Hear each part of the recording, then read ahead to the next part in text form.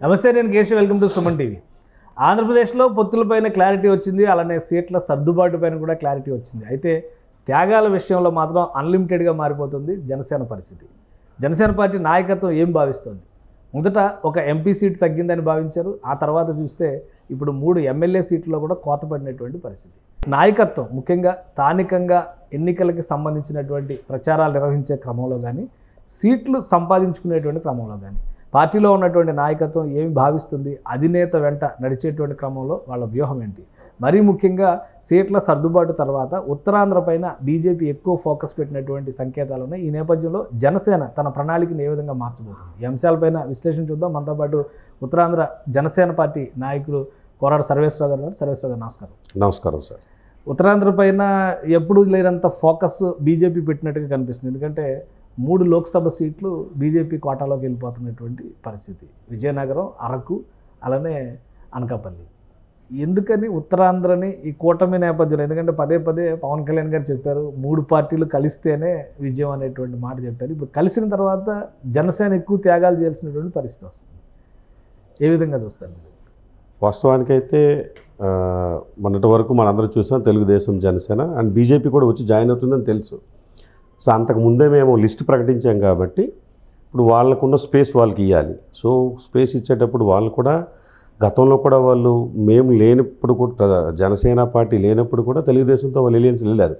So వాళ్ళకి ఎక్కడ బలంగా పొటెన్షియాలిటీ ఉంటుందో వాటిని వాళ్ళు వదులుకోరు. కాబట్టి డెఫినెట్గా సాధారణంగా వాళ్ళు అడిగిన దాంట్లో వీళ్ళకి సీట్ల సంఖ్యకు అనుగుణంగా ఏదైనా చేయాల్సి ఉంటుంది. అది ఉత్తరాంధ్ర అవ్వచ్చు, రాయలసీమ అవ్వచ్చు, ఇంకా కోస్తాంధ్ర అవ్వచ్చు, ఎక్కడైనా అవ్వచ్చు. బట్ ఉత్తరాంధ్ర కూడా వాళ్ళకి మంచి బీజేపీకి మంచి క్యాడర్ ఉంది కాబట్టి డెఫినెట్గా వాళ్ళు కావాలని డిమాండ్ చేయడంలో తప్పేం లేదని నాకు అనిపిస్తుంది. అంటే ఎంపీ సీట్లు అనేవి ఇప్పుడు 25 ఎంపీ సీట్లు ఉన్నాయి ఓవరాల్గా. రాయలసీమలో ఒకే ఎంపీ సీట్ తీసుకుని, దక్షిణాంధ్రలో ఒక ఎంపీ సీట్ తీసుకుని, మన గోదావరి జిల్లాల లెక్కను చూసుకోవాలి. దక్షిణాంధ్రలో 0 అనుకోవాలి. గోదావరి జిల్లాల ప్రకారం చూస్తే అక్కడ 2 ఉన్నాయి, ఉత్తరాంధ్రలో 3 ఉన్నాయి. సో దీనివల్ల జనసేన ఎక్కువ ఆశలు పెట్టుకుంది కూడా ఉమ్మడి గోదావరి జిల్లాలో ప్లస్ ఉత్తరాంధ్ర. దానివల్ల జనసేన ఆశలకు గండిపడినట్టు కనిపించట్లేదా? అది వాస్తవానికి ఏంటంటే ఎక్కడికి వెళ్ళినా కానీ చాలా వరకు మీడియాలో కానీ జనరల్గా బయట వాళ్ళు కూడా అందరు కూడా పరిచయస్తులందరూ కూడా అడుగుతుంటారు. ఎప్పుడు వీళ్ళు మాట్లాడుతుంది ఏంటంటే టాకింగ్ అబౌట్ నంబర్. అసలు మా మెయిన్ మోటో పవన్ కళ్యాణ్ గారు ఏ సభలో కూడా వైఎస్ఆర్సీపీ పార్టీని ఎట్టి పరిస్థితుల్లో కూడాను గద్దె దించే దిశగానే మాత్రమే మా కార్యాచరణ ఉంటున్నప్పుడు ఈ నెంబర్ విషయానికి మరి మేము ఇంకా దానికోసం మాట్లాడాల్సిన అవసరం లేదు మా బట్టి వాళ్ళు. ఎందుకంటే స్వయంగా అధ్యక్షులు వారు చెప్పేశారు number is not a constrain అనే విషయాన్ని చెప్పకనే మనకు అర్థమవుతుంది. ఎందువల్లంటే 24 సీట్లు ఫ్రీజ్ అయిన తర్వాత కూడా ఈరోజు మళ్ళీ బీజేపీ యాడ్ అయినాక 21కి వచ్చినప్పుడు కూడాను ఆయన తగ్గారంటే దాని అర్థం ఏంటంటే అతను స్టాండ్ అయినటువంటి వర్డ్ ఏంటంటే వైఎస్ఆర్సీపీ పార్టీ వల్ల రాష్ట్రానికి సంథింగ్ చాలా వరకు అయితే ఇంకా ముందు వస్తే ఇంకా ఏదైనా జరగవచ్చు. అది అతనికి ఉన్నటువంటి అంటే ఆలోచన కావచ్చు, లేదంటే మేధావర్గంలో ఉన్నటువంటి డిస్కషన్ కావచ్చు. ఒకటే సింగిల్ పాయింట్ ఎజెండా అయిపోయింది. ఎందుకంటే వైసీపీ నాయకులు కూడా పదే ఖండిస్తుంది అదే మాట. వైసీపీని ఓడించడమే లక్ష్యం అనేది ఎంతవరకు ప్రజలు ఎంతవరకు యాక్సెప్ట్ చేస్తారు?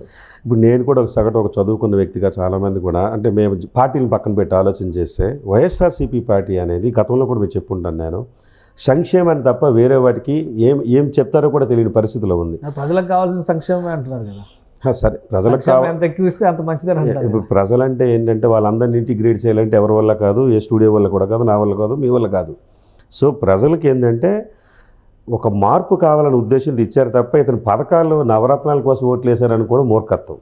మేబీ వాళ్ళ స్టాండ్ అలాగ ఉండొచ్చు. ఏంటి నవరత్నాలు నేను ప్రకటించాను కాబట్టి నేను గెలిచాను అనుకోవచ్చు. ఆ రోజు వాళ్ళు అతను పాదయాత్ర చేయడము, ఆ సింపతి చూపించడము, లేదంటే వాళ్ళ నాన్నగారిని ఒకసారి గుర్తు చేసుకోవడము, ఇలాగ అన్ని జనరేషన్స్ వాళ్ళు కూడాను అతను ఎన్నో వాగ్దానాలు చేశారు. మెడలు వంచి 25 ఎంపీలు ఇస్తే స్పెషల్ స్టేటస్ తెప్పిస్తా అన్నారు. ఎన్నో గొడవలు జరిగాయి. స్పెషల్ స్టేటస్ కోసం వెయిట్ అయ్యిందని మమ్మల్ని అడుగుతాను ఇప్పుడు ఆయన వేదిక. ఇప్పుడు మీరు తెప్పిస్తారా? 3 పార్టీలు కలిసి వెళ్తున్నారు. డెఫినెట్గా జరగవచ్చు. స్పెషల్ స్టేటస్ అనడానికి అది ఇంకా అది ఆ సబ్జెక్ట్ అనేది ఏంటంటే ఒక 10 years పాస్ అయిపోయింది. అది ఉమ్మడి క్యాపిటల్ కూడా మర్చిపోయి వచ్చేసాం మనం. మేబీ ఇప్పుడు బీజేపీ లాంటిది వచ్చినప్పుడు మళ్ళీ కన్విన్స్ చేయొచ్చు. ఏంటి ఒకసారి అధికారం వచ్చినాక జరగదు. ఏం చెప్తారు మీరు ఇప్పుడు ప్రజలకి? వైసీపీ నాయకులు విజయసాయిరెడ్డి గారు మీరు కలిసారు అనగానే ఫస్ట్ పాయింట్ అడిగిన క్వశ్చన్ ఏంటంటే 2014 కూటమికి 2024 కూటమికి తేడా ఏంటి? మీరు అప్పుడు ఇచ్చిన హామీలు ఫెయిల్ అయ్యారనేటువంటి అభిప్రాయంతో కదా 2019లో ఓడించారు. ఇప్పుడు ఏమి హామీలు ఇవ్వబోతున్నారు, లేదా అప్పుడు ఇచ్చిన హామీల పరిస్థితి ఏంటి అని క్వశ్చన్ చేస్తున్నారు. ఏం చెప్తారు? హామీలు అంటే ఇంకేం లేదు సార్. ఏ ప్రభుత్వంలోనే కానీ ప్రజలకి ఒక మంచి హెల్త్ ఇవ్వాలి, ఒక మంచి ప్రాపర్ ఎంప్లాయ్మెంట్ ఉండాలి. అక్కడ ఎడ్యుకేషన్ కంప్లీట్ అయిన వాడికి ఆ స్థానిక ప్రాంతాలు దాటకుండా కొంతమంది వరకైనా, కనీసం అందరూ స్కిల్డ్ ఉండరు. 90% అబోవ్ ఉన్న క్యాండిడేట్స్ వాళ్ళు లెస్ ఉంటారు. బట్ యావరేజ్, సెమీ యావరేజ్గా ఉన్న వాళ్ళకి కూడా ఎంప్లాయ్మెంట్ లోకల్గా క్రియేట్ అవ్వాలి. అది లేదు. రెండవది, ప్రజల ఆరోగ్యం చూస్తే లిక్కర్ వైద్యం అయితే చాలా అన్యాయం అండి. అలాగే భవన నిర్మాణ కార్మికులకు సంబంధించి, ఇసుక సంబంధించి ప్రాబ్లమ్స్ మీరు చూశారు. అసలు ఇసుక అనేది ఆ ప్రభుత్వంలోనే గోల్ చేశారు. ఈ ప్రభుత్వం వీళ్ళు చేస్తున్న పని ఏంటండి? తర్వాత పర్ క్యాపిటల్ ఇన్కమ్ అనేది ప్రజలది ఎన్ని సంవత్సరాల వరకు మీరు అలా డబ్బులు ఇస్తూ ఉంటే నా పర్ క్యాపిటల్ ఇన్కమ్ బాగుపడుతుంది, నా భవిష్యత్తు బాగుపడుతుంది, ఫ్యూచర్ అనేది. ఇవన్నీ కూడా ఒకసారి ఆలోచన చేయాలి. సో ఇవన్నీ ఉత్తరాంధ్ర ప్రజలు ఆలోచిస్తారంటారా? డెఫినెట్గా చేస్తారు. చేస్తారని నేను ఎందుకు చెప్తానంటే, సగటు ఇప్పుడు ఒక పథకం అనేది ఒకసారి ఒక రోజు ఇచ్చాడు అనుకోండి, కంటిన్యూగా అలా కూర్చుంటూ వాళ్ళ ఇంట్లో పిల్లలు చదువుకొని ఖాళీగా ఉంటే వీళ్ళు వయసు వచ్చే వరకు వీళ్ళు పథకాలతో బతుకుదామని ఉండమంటారా? అది కాదు కదా. సో ఎంప్లాయ్మెంట్ క్రియేషన్ కానీ, ఒక వస్తువులు కానీ, ఈ రోజు కూడా మీరు చూడండి సార్, సోషల్ మీడియాలో మీకు నేను మొబైల్ ఇస్తాను, తర్వాత ఇదైందాక చూడండి, ప్రతిరోజు పలానా ప్రాబ్లంతో ఫేస్ చేస్తున్నారు, దయచేసి ఇతనికి హెల్ప్ చేయండి అని చెప్పేసి మెసేజ్లు వస్తూనే ఉన్నాయి. ఒక చిన్న వూండ్ అయినా కానీ, ఒక బస్సు దిగి పడిపోతున్నా కానీ, ఈ రోజుకి వైద్యానికి అంత ప్రియారిటీ లేకపోవడం ఏంటండి? అంతే కదా. గవర్నమెంట్ అంత చేసినప్పుడు ఎంటైర్ స్టేట్ చూడండి, ఆంధ్రప్రదేశ్లో సోషల్ మీడియాలో పలానా వ్యక్తికి గాయమైంది, పలానా వ్యక్తికి ప్రాబ్లం ఉంది, పలానా కిడ్నీతో ఇదవుతున్నారు, ప్లీజ్ డూ సమ్ హెల్ప్ అని చెప్పేసి హెల్పింగ్ హ్యాండ్ కోసం సోషల్ మీడియాలో మీకు వచ్చి ఉండొచ్చు మేబీ, నాకు తెలిసి మా ఆంధ్ర గ్రూపుల్లో కానీ ఎక్కడైనా ఉంటే. ఎందుకు వస్తున్నాయి సార్? ప్రభుత్వం ఇది చేసేటప్పుడు, వైద్యానికి అంత పెద్ద పెట్టేసేటప్పుడు, ఇవన్నీ చేసేటప్పుడు ఇలాంటివన్నీ ఎందుకు వస్తున్నాయి సార్? అంతే కదా. జనసేన పార్టీ ఒక ఎజెండాగా ఈ సమస్యలు, సామాజిక సమస్యలను తీసుకెళ్తుంది. అలానే 3 పార్టీలు కూటమిగా వెళ్ళేటువంటి క్రమంలో ఉత్తరాంధ్ర ప్రజలకి, ముఖ్యంగా ఉత్తరాంధ్ర ప్రజలకి ఏం చెప్తారు? మీ ఎజెండా ఏంటి? ఎందుకంటే కేంద్ర ప్రభుత్వమే అసలు దోషి. రాజధాని ఇవ్వకపోయినా, చివరికి విశాఖ ఉక్కు ఫ్యాక్టరీని అమ్మేస్తున్నా కానీ కేంద్ర ప్రభుత్వమే దోషి అనేటువంటి అభిప్రాయం ఉంది. ఇవన్నీ కూడా విశాఖకు సంబంధించిన రైల్వే జోన్, వెనకబడిన ప్రాంతాలకు ఆర్థిక ప్యాకేజీ, వీటన్నిటికీ మరి ఏం సమాధానం చెప్తారు? ఇప్పుడు ప్రత్యేక హోదా అనేది దానికోసం అన్ని పార్టీలు ఫైట్ చేసి కాలయాపన చేసే కంటే దానికి ఒక ఎండింగ్ తీసుకురావాలని చెప్పి చంద్రబాబు నాయుడు గారు ఆ రోజు ఆ ప్యాకేజ్కి దానికి కట్టుబడి చెప్పేసి ఆయన తీసుకున్నారు. ఆ తీసుకుని దానికి మనకు పూర్తి స్థాయిలో ఎంత చెప్పారో అంత రాలేదు. రాకముందే ఎలక్షన్స్ వచ్చే దిగిపోయాం. సో ఇటువంటి డిస్టర్బెన్సెస్ మళ్ళీ వచ్చి రావడం వల్ల జగన్మోహన్ రెడ్డి గారు అప్పుడు వచ్చి నేనేం చేశారు, 25 ఎంపీలు వస్తే డెఫినెట్గా మెడల్ ఉంచుతానని చెప్పారు. ఈయన చేయించింది ఏం మెడల్ ఉంచారు చెప్పానండి సార్ మనం ఒకసారి. కానీ ఎంపీలు ఎప్పుడైనా పార్లమెంట్లో కనీసం మాట్లాడి షౌటింగ్ చేసి ఇది కావాలని నిజంగా, అంటే ఏదో క్వశ్చన్ అవర్లో 0 అవర్లో మాట్లాడాను జనాలు చూస్తారు కాబట్టి వాళ్ళు సోషల్ మీడియాలో చేసినటువంటి ఆ చిన్న సంభాషణ చూపించి టోల్ చేసుకోవడం కాకుండా ప్రజల పక్షాన్ని నిలబడి ఏ ఎంపీ అయినా కానీ ఎప్పుడైనా మాట్లాడారా? ఒకసారి చూడండి, గోరెంట్ల మాధవ్ గారు. ఇప్పుడు జనసేన పార్టీకి 2 ఎంపీ అభ్యర్థులు అంటున్నారు. సో జనసేన పార్టీ ఏ విధంగా పోరాటం చేస్తుంది? మా మోటో మెయిన్ ఒకటే, ఎన్ని క్వశ్చన్స్ కానీ మామూలు మనం అనుకున్నా, let YSRCP has to be, కుర్చీ నుంచి కిందకి దిగాలి సార్. అది దిగితే మీరు ఇప్పుడైతే ఏ ప్రాబ్లమ్స్ అయితే ఆంధ్రప్రదేశ్ ఫేస్ చేస్తుంది అనేది, మళ్ళీ ఇంకొకసారి జగన్మోహన్ రెడ్డి గారి భయం కూడా అదే, ఒకసారి ఆయన దిగిపోతే మళ్ళీ జీవితంలో ఆయన ఆ కుర్చీని అందుకోలేని భయం కూడా ఆయనకు ఉంది. బట్ ఈ పొత్తుల్లో ఆయన ఎన్ని సీట్లు తీసుకున్నా కానీ మా జనసేన కోసం పనిచేసినటువంటి ప్రతి ఇన్ఛార్జి కూడా ఒక డ్రీమ్ ఉంటుంది. ఏంటని, మా పార్లమెంట్ పరిధిలో కనీసం ఒకటైనా రాదనేది మా ప్యాషన్. కానీ అది వర్కౌట్ జరగాలంటే వాళ్ళ కాడ గ్రౌండ్ లెవెల్ రిపోర్ట్స్ ఉంటాయి. మన పవన్ కళ్యాణ్ గారే తాడేపల్లిగూడెంలో చెప్పారు ఏమని, 1000 మందికి సుమారు భోజనం పెట్టలేని వ్యక్తులు కూడా మనకు పనిచేశారు, అంతమంది తక్కువ కాదు. ఒక ఎలక్షన్ చేయాలంటే ఆ క్యాపబిలిటీస్, ఆ పారామీటర్స్ ఏం కావాలో తెలుసు అని చెప్పారు. మేబీ నాకు అర్హత ఉందని మీరు అనొచ్చు, ఉన్నా కూడా రిమైనింగ్ పారామీటర్స్ ఉండొచ్చు. ఇప్పుడు మా పార్లమెంట్ పరిధిలో నాకు ఇవ్వకపోవడానికి పవన్ కళ్యాణ్ గారే కారణం కాకపోవచ్చు, అక్కడ ఉన్న టీడీపీ కూడా నాకు సపోర్ట్ చేస్తే నేను గెలుస్తాను. సో ఇలాంటివన్నీ కూడా 4 walls of roomలో డిస్కషన్స్కి వస్తాయి.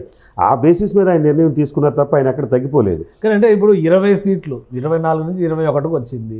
ఈ నంబర్ చాలా తక్కువ అని అసంతృప్తి ఎక్కువ వినిపిస్తుంది. ఆల్రెడీ కాపు పెద్దలందరూ లెటర్లు రాశారు, 60 సీట్లు అడగాలి, 80 సీట్లు అడగాలి, అధికారంలో 2 ఏళ్ళు వాటా అడగాలి, ఇవన్నీ చెప్పారు. సరే, వాళ్ళ దారి వాళ్ళు సర్దుకొని వెళ్ళిపోయారండి.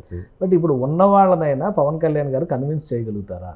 ఇంకొకటి ఏంటంటే, ఆయన 100% స్ట్రైకింగ్, 98% స్ట్రైకింగ్ రేట్ అంటున్నారు. అన్ని సీట్లు గెలిచే కెపాసిటీ జనసేన పార్టీకి ఉందా? మంచి క్వశ్చనే సార్. ఇప్పుడు నేను ఒకటి చెప్తాను సార్.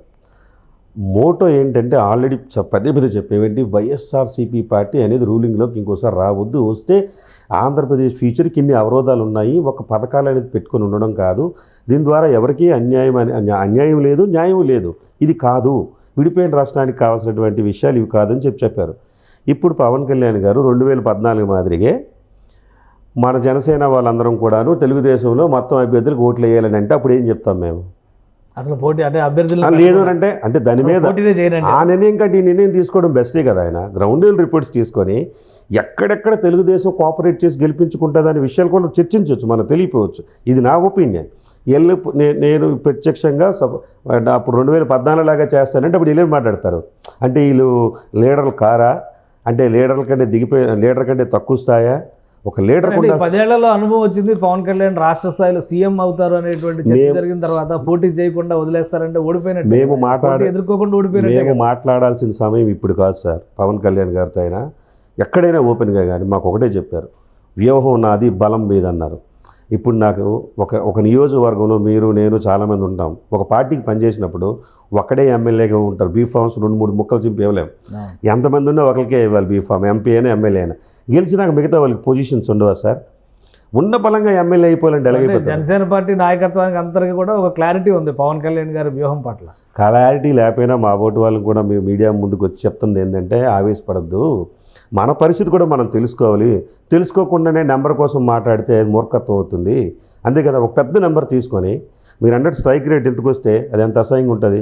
ఎందుకు తీసుకున్నారన్న బలమైన కారణాలు కూడా నేను చెప్తాను. ఆయన కూడా మా అందరినీ నడిపించే కింగ్.